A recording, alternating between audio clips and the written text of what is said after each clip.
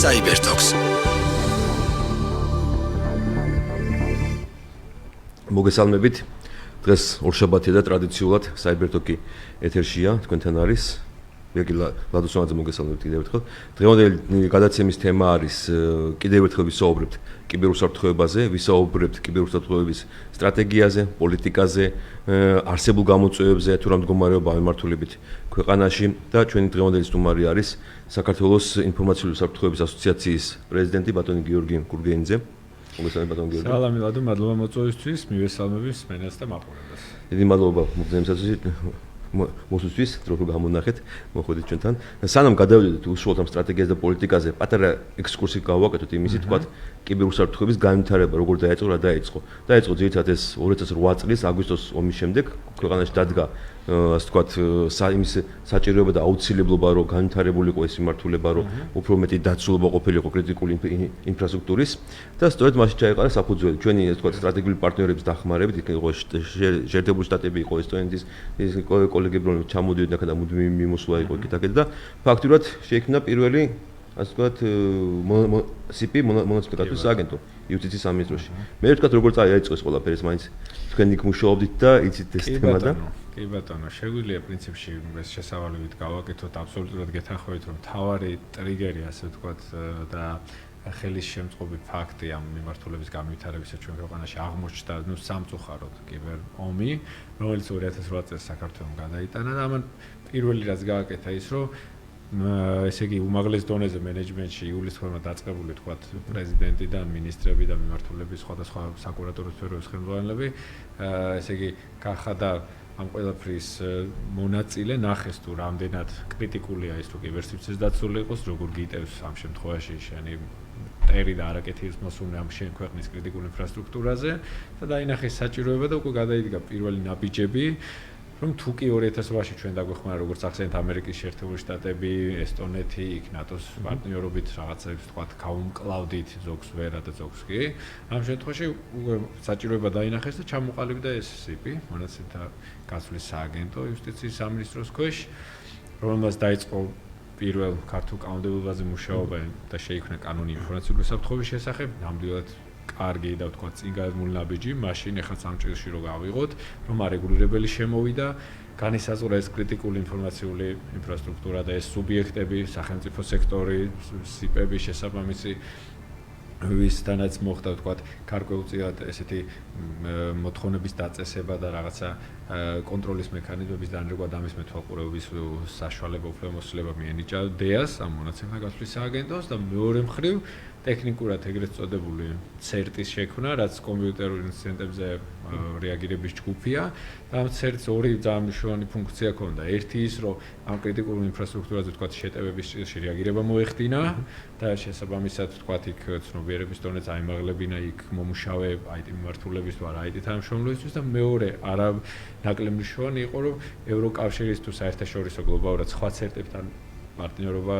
ჰქონოდა და მიიღო ინფორმაცია და გაეცვალა ვთქვათ საქართველოში არსებულ საფრთხეებზე, გარედან მომდინარე საფრთხეებზე. ანუ ეს ორივე მიმართულება ჩემი აზრით ერთი ის, რომ ეს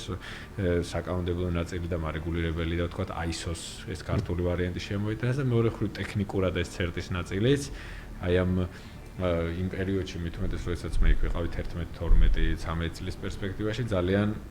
ასე ვთქვათ დაეხმარა და წინ წაწია სფერო. ხა ბევრმა შეიძლება ვიკამათოს და დისკუსია იყოს, რომ რა იყო ეფექტური, რა ნაკლებად ეფექტური, რა წარმატები დასულა, რა არა, თუმცა ის რომ ვთქვათ არაფერი როდესაც არის ხო და რაღაცა პირველ ნაბიჯებს გავდა ადიხარ ზემოთ და ზემოთ ხო ვითარდები, ამ შემთხვევაში ძალიან ისეთი ქვეყნისთვის მნიშვნელოვანი და კრიტიკული იყო, ასეთი ჯგუფის არსებობაც, მარეგულირებელი, რაღაც კანონმდებლობის შექმნაც, ის აქტივობები რაც გაიწია, მაშინ იმ ჭრილში, ძალიან მნიშვნელოვანი იყო და ეხლა აგრძელებდა ამდენი წელი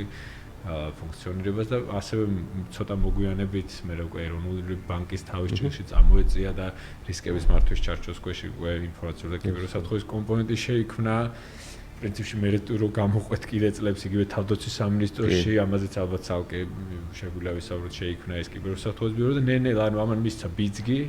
ასე ვთქვათ დეას მონაცემთა გაცვლის სააგენტოს და კანონმდებლობის შექმნა და შემდეგ წავიდა და წავიდა მიყვა იქ მარეგულირებლებიც, მე გვიანეს პერსონალმონაცემთა დაცვის ნაწილი შემოვიდა და მონაცემთა დაცვის. თუმცა მანამდე მაინც იყო 2012-ში თუ არ ვცდები საქართველოს შეუერთდა ბუქარესტის კონვენციას. კი ბატონო. კიბერდანაშაულთა ერთ-ერთი აღიარებული დოკუმენტია კი თქვა საერთაშორისო დონეზე. აი მეორე ჭრილიც რო ავიღოთ გეთანხმებით კიბერდანაშაულის ნაწილში, ესეც და მით უმეტეს შეერთების შემდეგ ეს 24/7-ზე ურთიერთობა, როდესაც გვაქვს შესაბამისი ქვეყნების კიბერდანაშაულთა ბრძოლის სამმართველოებთან, იქ ევროპოლთან, ინტერპოლის ამ საიბერ კრაიმის მიმართულებასთან, ანუ ძალიან მნიშვნელოვანია და ესეც გამოჩნდით რუკაზე, არა მხოლოდ ისე რომ საქართველოშიც რაღაც ხდება, არამედ იმ ჭრილში რომ სხვა ქვეყნებმა უკვე იციან ჩვენთან ვის უნდა მიმართონ, ვინ არის ის ორგანო ამა თუ იმ მიმართულებაზე პასუხისგებელი და ჩვენთვის რა არის ღირებულება ხო რომ ჩვენ ვიღებთ გარედან მათგან ეს საერთო საფრთხეების და შეტევის ტიპების ვექტორების შესახებ ინფორმაციას და ჩვენც უცვლით უზიარებთ და ამ ხრივ კიდევ ერთი კარგი ნაბიჯი იყო ის რაც თავდაცვის სამინისტროს ამ კიბერუსაფრთხოების ბიურომ გააკეთა რომ ეს MISP-ს ნატოს საფრთხეების და ინფორმაციის გასვლის პროგრამაში შეუერთდა და ძალიან მნიშვნელოვანია ეს კომპონენტი ყოველთვის, იმიტომ რომ ჩვენი ქვეყანაც არ არის ცალკე კონტექსტიდან ამოვარდნილი, რაღაცა რეგიონში ცალკე არ ცხოვრობს, ხო გლობალური სფეროა, იქ ჩრდილო კორეა იქნება შემდეგი თუ სამხრეთ ამერიკის რომელიღაც ქვეყანა თუ ევროპული, ყველასთან უნდა გქონდეს ეს როგორც რაღაც მემორანდუმი და იურიდიული ნაწილში სახელმწიფოს შორის ერთი მხრივ ეს ურთიერთობები და კონტაქტები და მეორე მხრივ ტექნიკური რაც ვახსენე რომ ნატო იქნება ევროკავშირი თუ სხვადასხვა ქვეყნის კონკრეტული ეს CERT ჯგუფი მათთან ეს ორხრივი კომუნიკაცია ძალიან კრიტიკული და თუმცა ძალიან დიდი მნიშვნელობა მიენიჭა სხვა შორის საერთაშორისო ექსპერტებმა იმ გარემოებას რომ სამოქალაქო სექტორს გამოიყო თავდაცვის სფერო. სწორედ კიბერუსაფრთხოების მიმართულებით 2014 წელს მოხდა და ბიურო შეიქმნა უკვე. ესა და ეს ამან ფაქტობრივად ბიძგიმიც აი თქვენ რაც ახსენეთ ხო ეს რომ მოკლე დროში საქართველოს მოახერხა ის რომ თქვა შეიქმნა რაღაცა კანონმდებლობა შეიქმნა სტრატეგია დაიწერა პირველი სტრატეგია დაიწერა სწორედ იმ პერიოდში და რაღაც განსაზღვრის სუბიექტები განსაზღვრა მიმართულებით კონვენციაში შეუერთდა ამ მიმართულებით რაღაცა და ამან ყველაფერმა ბიძგიმიცა იმას რომ უკვე 2017-ში საქართველოს აღიარეს საერთაშორისო ტელეკომუნიკაციების გაერთიანება ITU, რომელიც გაეროს ქვემდებარე ინსტიტუტი არის. საკმაოდ ისეთი წარმატებული წელი იყო 2017 წელი, იმიტომ რომ მერვე ადგილზე იყო გლობალურად. ევროპაში თუ უბრალოდ დესტეშის ქვეყანაში პირველი ადგილზე გავედით და ევროპაში გავედით მეორე ადგილზე. საკმაოდ ისეთი წარმატებული იყო. ეს იყო ყველაფერი ბიძგი. და მე რა ხდება, ბატონო გიორგი, რაღაცა სტაგნაციის პერიოდი და რაღაცა. თუმცა ხა რაც ხა ახსენეთ, ძალიან კარგია ვთქვათ ეს მიღწევების და სხვადასხვა კრიტერიუმით როდესაც ფასდება და საფასებელია, თუმცა არსებობს კიდევ სხვა კრიტერიუმები, რომლებითაც ფასდება ხო ქვეყნების რაღაცა მდგრადობა და კიბერუსაფრთხოების რაღაცა ინდექსი და არის სხვადასხვა ტიპის შეფასებები, სადაც 10-ში ნამდვილად არ ვართ, ცოტა უკან ვართ და აქ ზუსტად აი თქვენ კითხვაზე სწორი დასმული კითხვაა და პასუხიც ეგ არის, რომ ბევრი რაღაც კიდევ არის გასაკეთებელი იმ ჭრილში, რომ თუნდაც რაც ბოლო ამ წელიწადში მოხდა ამ დეას შექმნიდან ეს მარეგულირებელი გარემო რაღაცა ხო, ეს კარგი იქნებოდა რომ უფრო სწრაფად მომხდარიყო ეს ერთი ან მეორე ამ წებში კიდევ მეტის გაკეთება ვთქვათ შეიძლებოდა და ეხაც უნდა ასე ვთქვათ დავიკაპუცოთ ხელები, იმიტომ რომ როდესაც გამოდის და სახელმწიფო დეპარტამენტი ვთქვათ ვიცე-პრეზიდენტი AMEA-ში და ბრიტანეთი და ოფიციალურად ეს ხალხი ამბობს რომ იცით რა ეს გეარუს რუსული დაზვერვის სამსახურის სტრუქტურები ღიად ოფიციალურად დადასტურებულად ქვეყანას ძირს უთხრის ასეთი ორდენგირო აქვს და დემოკრატიას და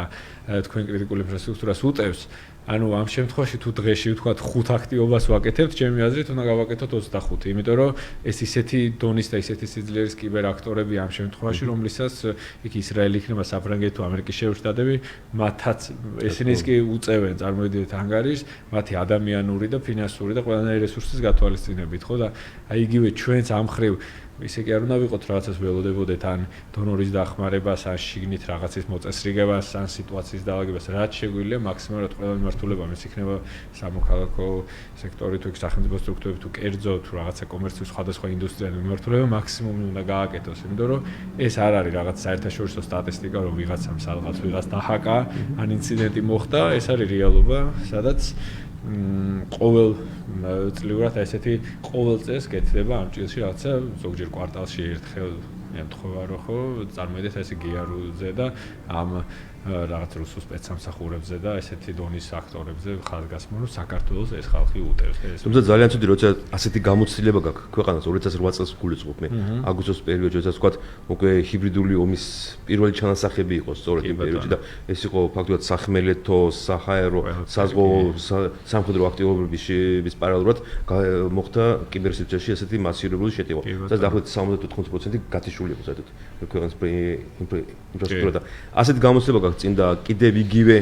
და არ განავითარო და კიდევ უფრო რაღაც არ განავითარო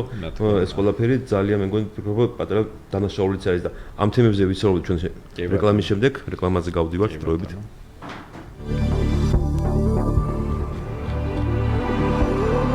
რადიო კომერსანტი და ინტერნეტის განვითარების ინიციატივა წარმოგიდგენთ ყოველკვირეულ საავტორო გადაცემას Cybertalks. რეკლამა რადიო კომერსანტზე.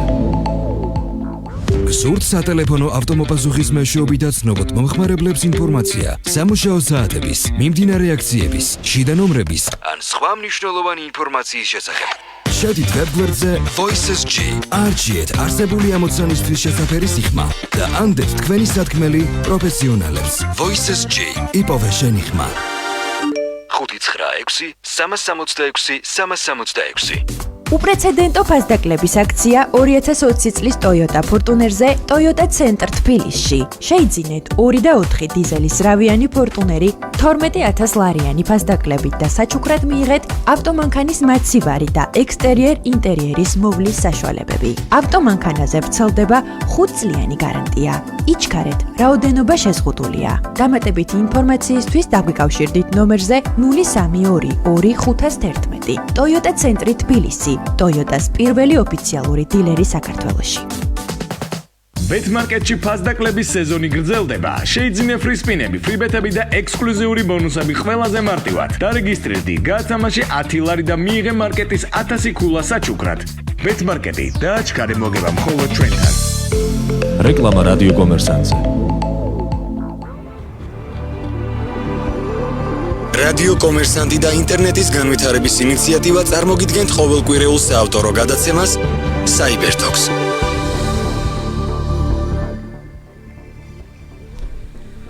ორშაბათი დღე და ტრადიციულად Cybertalk-ი ეთერში გადის ისევ. შეგახსენებთ, რომ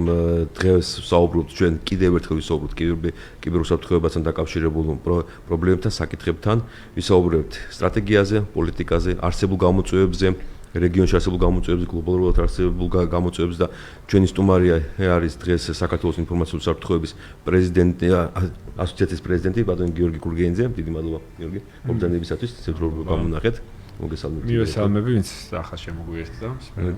ჩვენ საუბრობდით კიბერშეტევებისას. დიახ. გავაგზავნოთ ეს თემა, იმიტომ რომ საკმაოდ აქტიური არის და როგორც ჩანს ეს კიბერუსაფრთხოება ზოგადად გვახსენდება, როცა უშუალოდ საქართველოს შემოუტევენ და რა თქვათ, რაღაც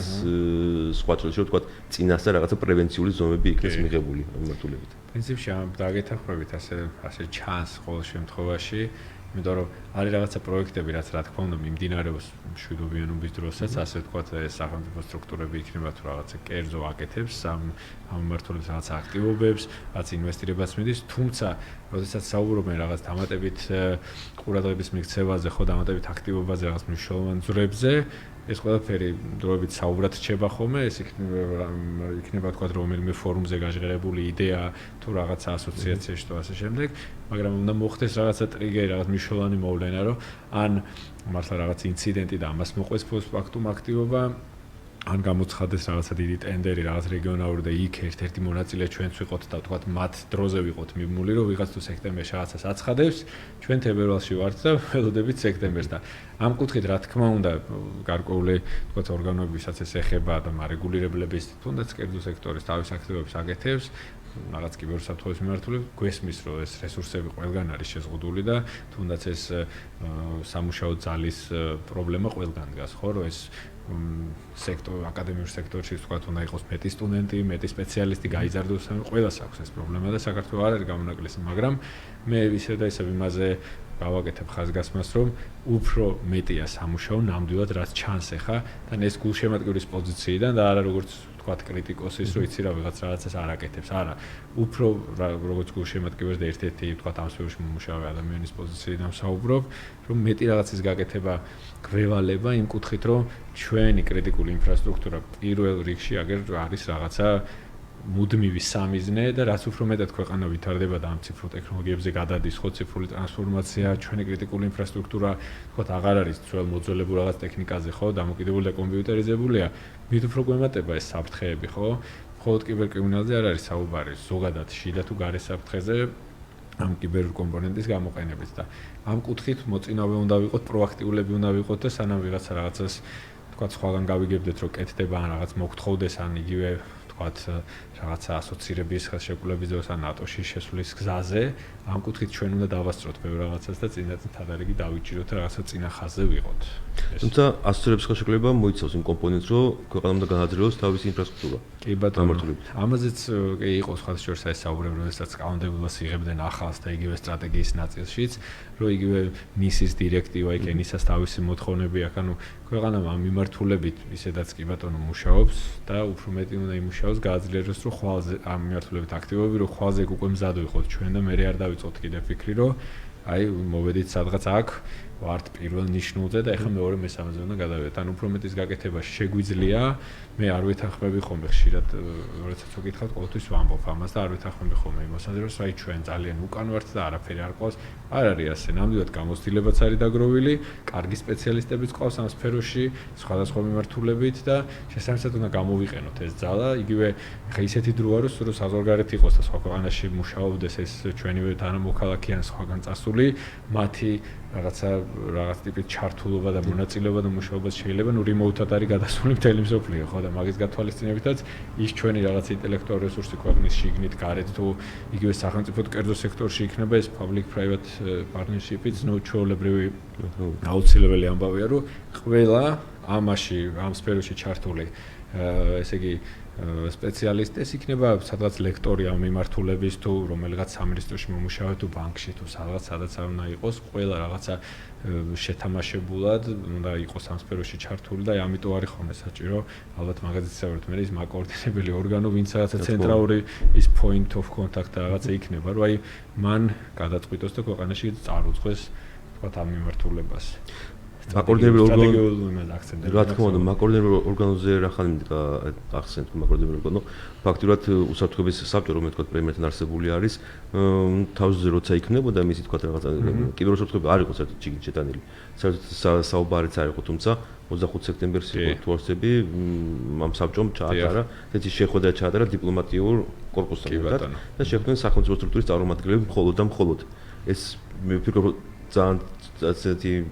ცუდინ ნაბიჯი იყო გადადგმული გაგებით რომ თქვა ყველა დაინტერესებული მხარეს თქვა აკადემია იქნება ის თუ თქვა სამოქალაქო საზოგადოება იქნება ის თუ თქვა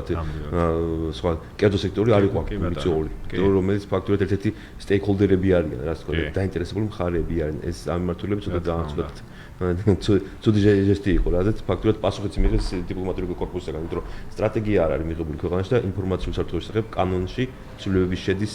ამ მომენტიდან აი სტრატეგიასთან დაკავშირებით თქვა იმიტომ რომ ორი სტრატეგია მიღებული აქვს ქვეყანას მესამეზე დავიწყოთ მუშაობა 2018-ის ეს პერიოდი იყო დაახლოებით ოქტომბერი ნოემბერი იყო როდესაც მუშაობა მაგრამ დღემდე არაფერი არ არის თქვა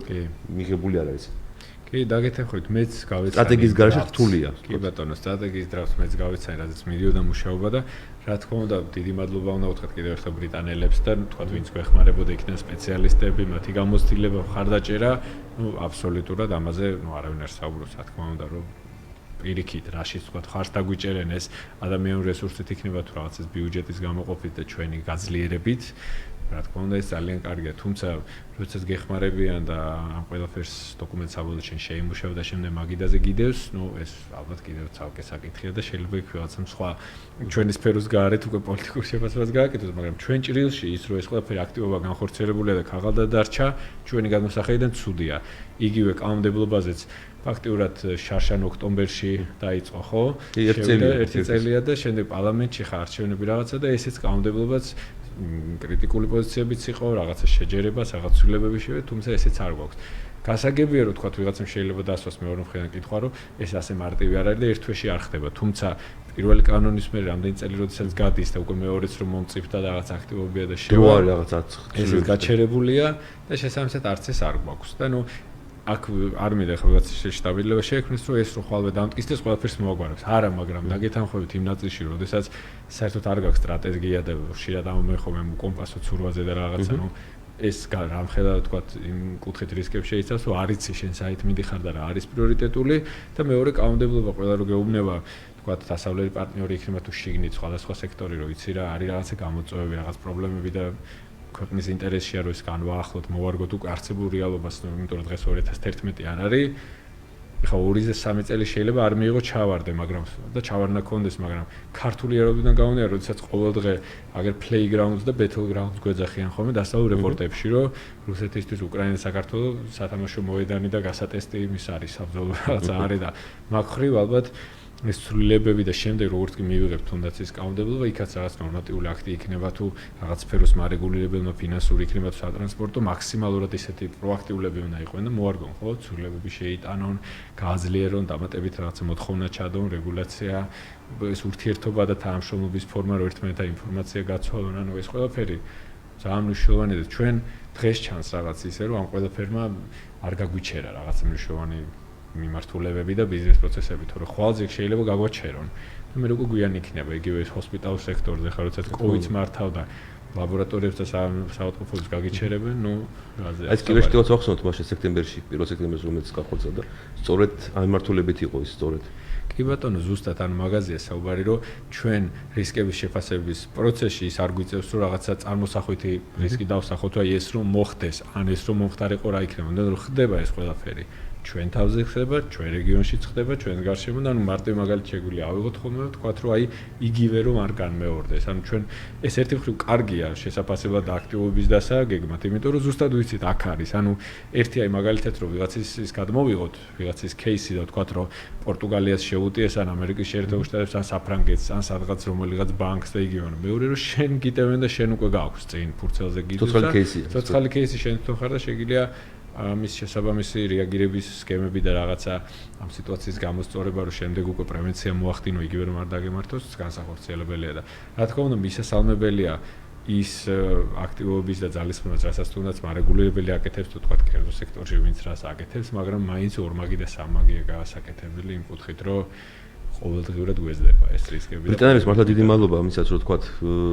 კი ბატონო. თავის ექსპერტები ჩამოიყვანეს აქ, მოიწეს უცხოელი ექსპერტები და რაღაც სტრატეგიის წერაში რაღაც ძალიან დიდი დახმარება გაგვიწეს. თუმცა მე ვფიქრობ, რომ სტრატეგიაში უკვე რაღაცები შესაძლებელი იქნება და ჩასამატებელი. თუნდაც ის რომ თქვა უკვე შეიქმნა ახალი CP შეიქმნა, სრულად ახალი ციფრული მართლობის სააგენტო. ერთი ესა და მეორე ფაქტურად სულ ახალი რეალობა წამოვიდა. ამ პანდემიის თემას გათვალისწინებით ერთი და შემდეგ მეორე ეს თემა რო თქვათ, აგერ ჩვენ მეზობლად ეს დიდი კონფლიქტი იყო, სადაც კიბერსივრცეშიც საკმაოდ დიდი აქტიურობა მიდიოდა, როგორც ერთი მხრიდან, ისე მეორე მხრიდან. და რაღაცა ძალთა ბალანსით რო ავიღოთ, იქ რაღაც თურქეთიც იყო რაღაც დოზით ჩართული, რუსეთიც ჩართული იყო, ასე თქვათ, ამ იმაში და ანუ იყო რაღაც ეს და ეს ყველაფერი ფიქრობ სტრატეგიაში გასათვალისწინებელი იქნება აუცილებლად. აუცილებლად და ალბათ რაღაც ახალი ვერსიაც, ნუ შესაბამისად მთავრობის ის გუნდი რაც შემდეგ დაკომპლექტდება, ხო, რაღაცა ხარჩენები გავიარეთ, რაღაცა შემდეგ ისინი დაიწყებენ ისევ დონორებთან მუშაობას და იმ სტრატეგიასაც და იმ კანონის პროექტს რაც იყო შეტანილი, ალბათ იმასაც გადახედავენ და რაღაც ცვლილებები შევა და ჩემი აზრით კარგი იქნება, რომ თუ რაღაცა კითხვები აქამდე არსებობდა და რაღაც კრიტიკა იყო, იმასაც როგორც მინიმუმ მოусმინონ, თუ არ გაითვალისწინებენ, გაიარონ სხვადასხვა როგორც ახსენეთ დაინტერესებულ ჯგუფებთან და უფრო ყველა მოგებული დარჩება ამით, იმ კუთხით, რომ ჩართულობაც იქნება რაღაცა ღია არეები დაიხურება, რაც რომ მეტს მოისმენ, ანუ მეტი მიმართულება ჩაერთვა, რა თქმა უნდა, სპეციალისტებს და აღიარებულ ექსპერტებს საუბრობ, ხო? და რაღაც ვიცე კონსენსუსთან ერთად მივალთ და გვექნება მაქსიმალურად კარგი და მაქსიმალურად ჩვენ რეალობაზე მორგებული და რაღაც რო გადმოვიღოთ ახლა ბრიტანული მოდელია, რომელიღაც ევროკავშირის ქვეყნებს და დავაკოპიროთ, ის დავაკოპირებს და დარჩება, ხო ვერ ვიმუშავებთ იმით და არ იქნება ქვენდითი დოკუმენტი და ამიტომა რომ ის ჩანსაღი რაღაცა კრიტიკას დისკუსიაც რაღაცა კაია, იმიტომ რომ საბოლოო ჯამში მიგვიყვანს ისეთ მუშა დოკუმენტთან, რომელიც ნამდვილია და არა უბრალოდ რაღაცა დოკუმენტისთვის, ხო? მართლებს ზენ თქვენ რომ ფაქტობრივად საქართველოს აქვს ყველა შესაძლებლობა. თუ გამოცდილება მიმართულებით არის 2008 წლიდან მოყოლებული დღემდე არსებობდა საკმაოდ ცეთი კიბერშტები არსებობდა, რომლის გამოცდილებაზე შეიძლება თქვა რაღაცა ანალიზი გაკეთებული იყო და ეს ყველაფერი ასახული იყო სტრატეგია იქნება თუ კანონმდებლობა თუ რაც იქნება თუ პოლიტიკის განსაზღვრის მომენტში. ეს ყველაფერი საკმაოდ საინტერესო кейსი იყო, როგორც ვიცი მე, ასევე ანუ კიბერჯაშუშობის მიმართულებით ეს 2011 წელი და მე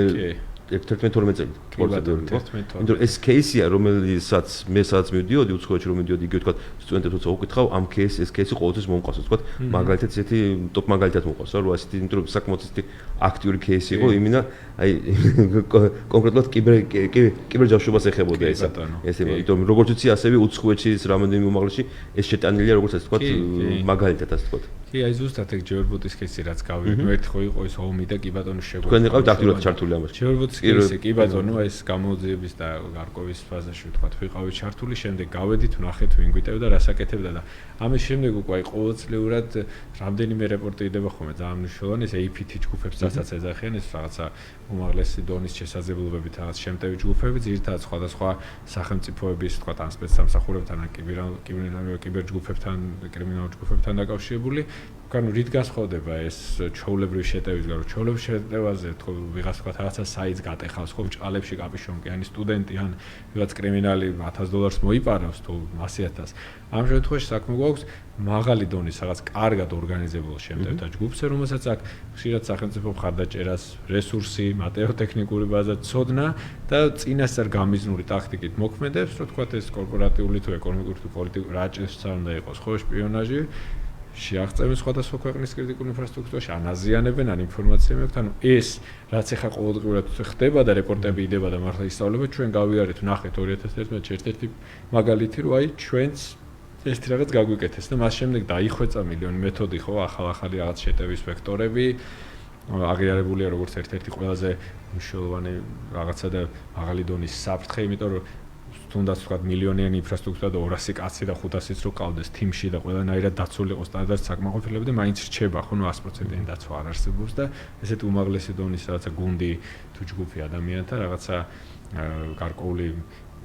ჯერ კიდევ ნაკლებად ცნობილი სისტემის გამოყენებით შემოგიტევს და ეს ჩვენ რო გავიარეთ შესაბამისად კარგი გაკვეთილეს ხვებმა ისწავლეს ჩვენ მაგალითად აქედან ნახეს რომ იმათ ემართებათ ეხლა ჩვენ სანამ დაგვემართება მომემზადოთ ხო და ჩვენ ჭირშიც რაღაც ნაბიჯები გადაიდგა და კარგია რომ თქვათ როგორც ვიცი შემდეგაც იყო რამდენიმე მსგავსი кейსი და კიდევ იქნება სამწუხაროდ იმიტომ რომ ეგ არის რეალობა და ერთი რაც შეგვიძლია გავაკეთოთ თუ პრევენციის ნაწილში თქვათ დაგვემართა და ვერავიცე თავიდან სწრაფად დავადგინოთ დეტექცია და შემდეგ ამ მართვა ამ პროცესის რო ნაკლები ზიანი მივიღოთ რაც შეიძლება და მინიმიზაცია გავაკეთოთ ეს მნიშვნელოვანია. თორე ყველას ემართება რა. თუმცა რომ მიწედოთ ბევრი სირეული და თქვათ საქართველოს გამოსვლების გაზიარება განსაკუთრებით 2017 შემდეგ ან რეპორტის შემდეგ ფაქტურად დღეს რო უყურებს დღევანდელ გადასახედიდან უკვე საქართველოს დატოვა ეს დაკარგა ეს ლიდერობის ეს თქვათ ნიშა ამ მიმართულებით იმიტომ რომ ბევრსაც მართლა მისაბაძი ვიყავთ იგი უკრაინელებისაც ძალიან მისმენია რომ გრუზინსკი ოპიტ პირდაპირ მეუგდებოდნენ ისე ძალიან აინტერესებდათ იგი სომხეთი აზერბაიჯანი იქნება თუ შუა აზიის რესპუბლიკები იქნება აღმოსავლეთ ევროპის ქვეყნებსაც თუ პოლონეთიც ასე ვთქვათ ძალიან აქტიური იყო ჩვენი მიღწევები ასე ვთქვათ და ეს საქართველოს რაღაც ეტაპზე დაკარგა უკვე ეს ნიშა რა ფაქტობრივად ლიდერობის ნიშა. ნუ ეს მაგხრივ არ არის კარგი პრინციპში მეორე მხრივაც რო შევხედოთ იგივე უკრაინელებს ახსენეთ ახლა აი საერთაშორისო დონორების პროექტების USAID-ის სახელმწიფო დეპარტამენტის ხარდაჭერით იქნება თქვა არჩევნების უსაფრთხოებას შეეხება თუ კრიტიკულ ინფრასტრუქტურას შეგვიძლია ვნახოთ უკრაინაზე რამ ხარდაჭერა მიდის კიბერუსაფრთხოების სფეროში მილიონობით დოლარიანი პროექტებია ხო 2-3-5 წლიანი და ჩვენ ამ შემთხვევაში თუ შევაფასებთ აი ზუსტად ეს მოწინააღმდეგობის დაკარგვის ნაწილი ანუ საფრთხეები თითქმის მსგავსი გვაქვს ჩვენზეც იგივე წერენ და იგივე განცხადებაში ერთად საუბრობენ უკრაინა საქართველოს რაღაცა როგორც მსხვერპლი და თარგე სამიზნე მაგრამ ის რო თქვა ჩვენთან რა პროექტები კეთდება და რა მხარდაჭერა მაგხრივ ფინანსური იქნება თუ რაღაცა პროექტები ნუ აშკარად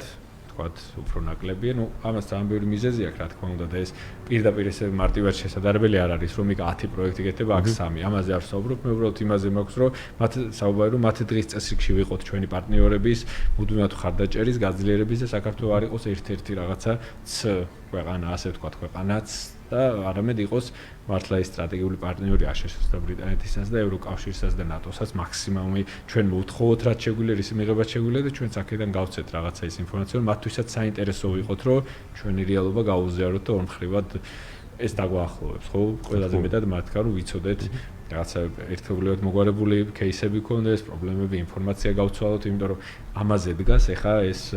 ამ სფეროში ეგ არის ერთ-ერთი წარმატების საიდუმლო იმიტომ რომ მარტო ჩაკეტილი ინფრასტრუქტურა როგორი თავადაც არ უნდა გავზარდოთ და მილიონიანი მოწყობილობები უნდა დაგვდათ არ შევლის ხო რეალურად ეს საერთაშორისო ასე ვთქვათ კომუნიკაცია და საერთაშორისო მხარდაჭერა ძალიან მნიშვნელოვანია და კრიტიკულია და ამ ხრივ უკრაინამ რაღაც მართლა კარგი ნაბიჯები გადადგა და ჩვენ საერთოდ თუნდაც ის მისპი და რაღაც იქ ევროკავშირის ცერტები აშშ-სთან ბრიტანეთთან უფრო მეტი და უფრო მეტად უნდა ვიყოთ იქით ესე ვთქვათ, გადაზრდილი ჩვენი სერვისები და ჩვენი ეს აქტივობები კიბერსფეროშიც. თუმცა კარგია დონორების დახმარება, ძალიან კაია, თუმცა ვიტყოდი რომ ეს ის სფეროა, მაინც ეროვნული საფრთხეების შემადგენელი კომპონენტი არის და უკვე მნიშვნელოვანი კომპონენტი ხდება უკვე ესე და ფაქტობრივად სახელმწიფომაც ამ მიმართულებით რაღაცა ნაბიჯები უნდა გადადგას და იგივე დაფინანსება იქნება თუ რაც იქნება ეს მიმართულება, იმიტომ რომ ეს მიმართულება მოითხოვს მე ასე ვთქვათ, საკმაოდ დიდ ფინანსურ რესურსს. რა თქმა უნდა. იგივე სპეციალისტების გაზრდა იქნება ისა, იქნება თუ ტექნიკური უზრუნველყოფა იქნება თუ ასე და კი ბატონო, რა თქმა უნდა, სწორი პრიორიტეტები და სწორი მხარდაჭერა და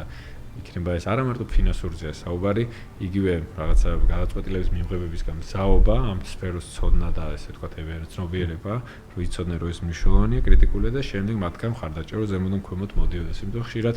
ქვემოდან ზემოთ ბოლომდე ვერ არის. თუმცა იგივე ვთქვათ, დონორ ქვეყნებთან ჩვენ სტრატეგიულ პარტნიორებს თუ ვაჩვენებთ იმას, ვთქვათ, ქვეყანა ან პოლიტიკა ექნება და სტრატეგია ექნება, რომელიც სწორი მიმართულებით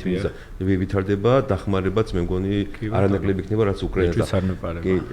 რეკლამაზე გავდივართ, დროებით. შემდეგ გავაგრძელებთ.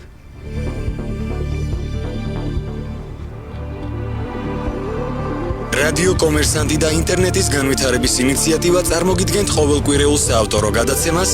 Cybertalks. რეკლამა რადიო კომერსანტზე. ყოველ შაბათ-კვირას მხოლოდ ლიდერბეტი გთავაზობთ ყველაზე მრავალფეროვან აქციებს სპორტში, სლოტებში და კაზინოს თამაშებში. გაატარე შაბათ-კვირა ლიდერბეტზე და მიიღე უამრავი ფრიბეთები, ფრისპინები და ექსკლუზიური ბონუსები ფასდაკლებით. ლიდერბეტზე შაბათ-კვირა ყველაზე მომგებიანია. ლიდერბეტი, ლიდერი ინტერნეტ სივრცეში.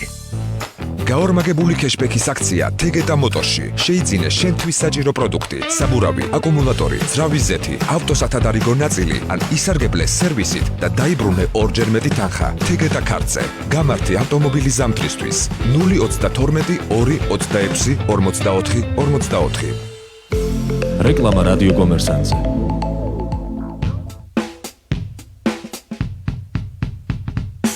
ბაზის ბანკი წარმოგიდგენთ გადაცემას ეკონომისტის დრო. რადიო კომერსანტზე. ყოველ სამშაბათს 19 საათსა და 10 წუთზე. ლევანკის დაურთან ერთად. კითხვები, რომლებიც არსებობს და პასუხები, რომლებიც ქმნის თქვენს ცხოვრებას. ეკონომისტის დრო. რადიო კომერსანტზე. FM 95.5.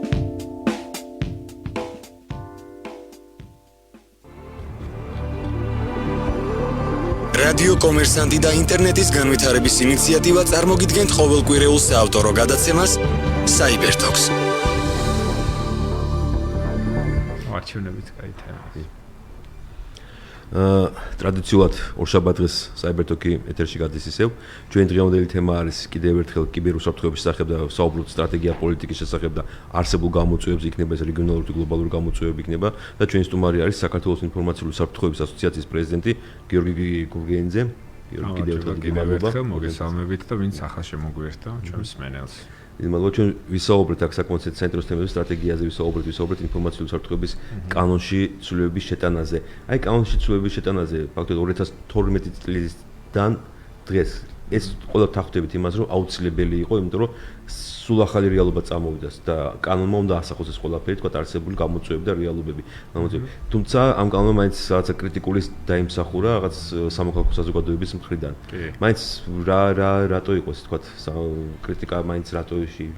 კი, პრინციპში სხვადასხვა ჯგუფები იყო ჩართული ამ იმაზე.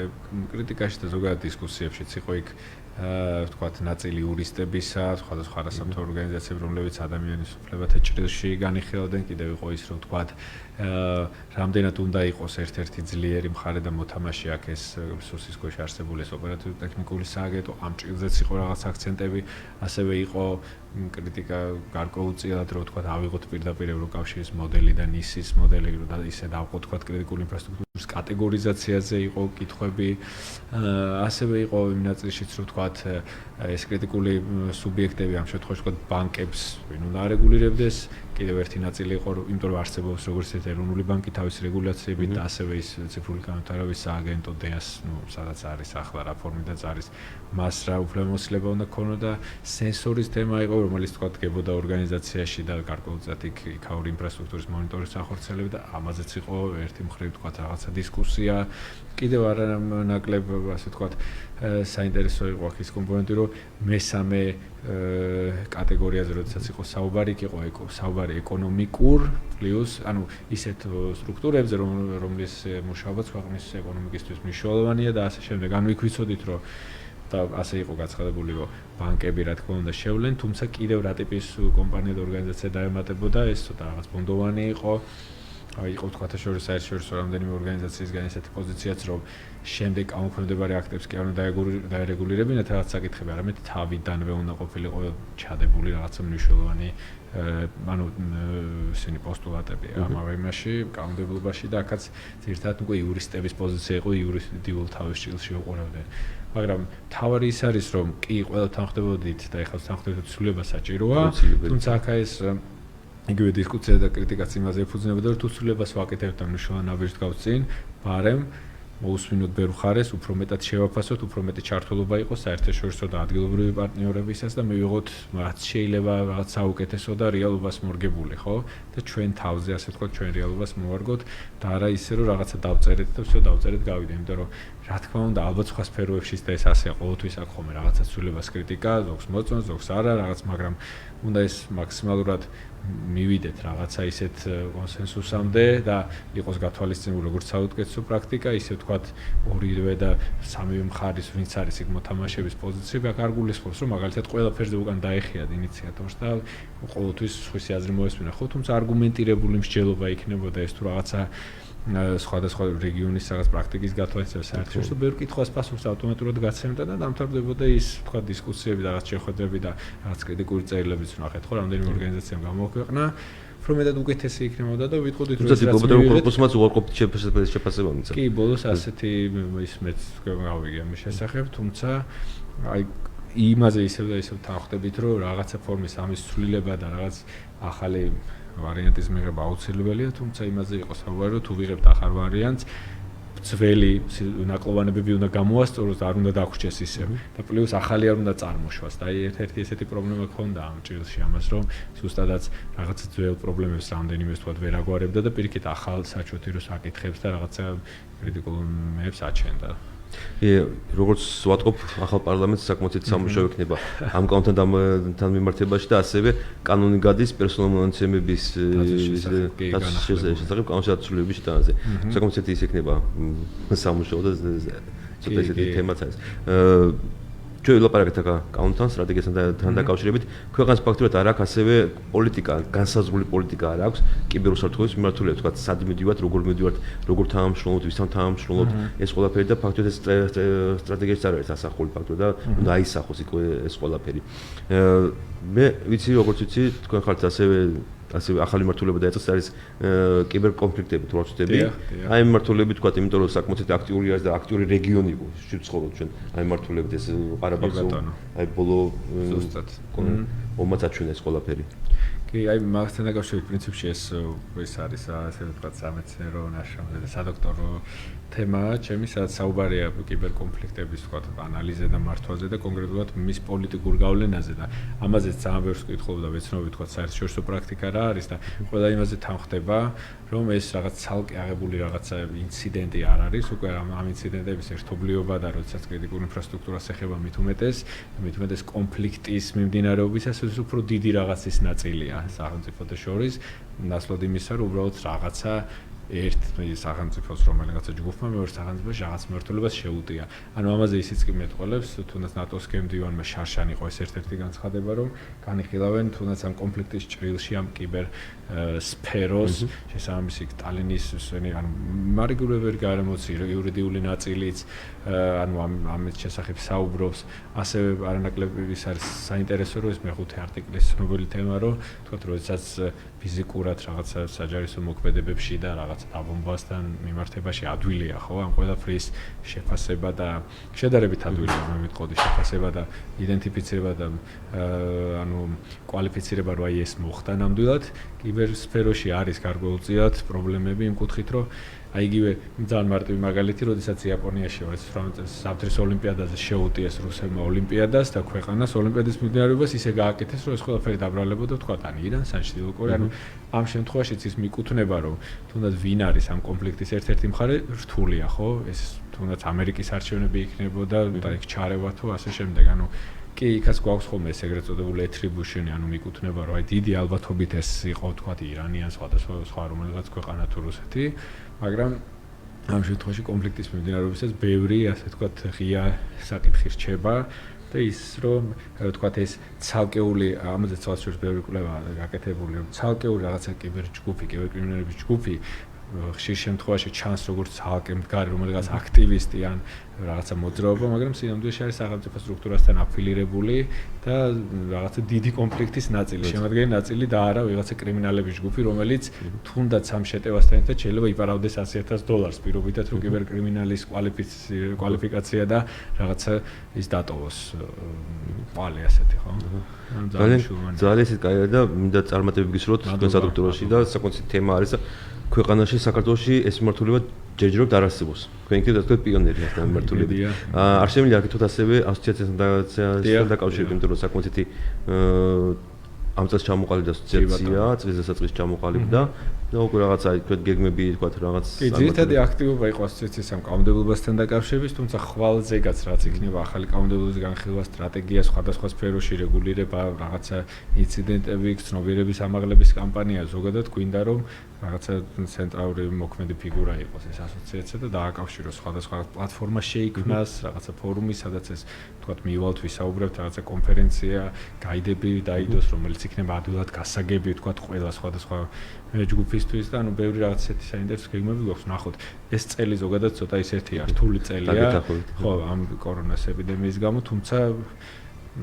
ძალიან საინტერესო აქტივობია და აიგონდა ვნახოთ რა გამოვა. ძალიან კაი.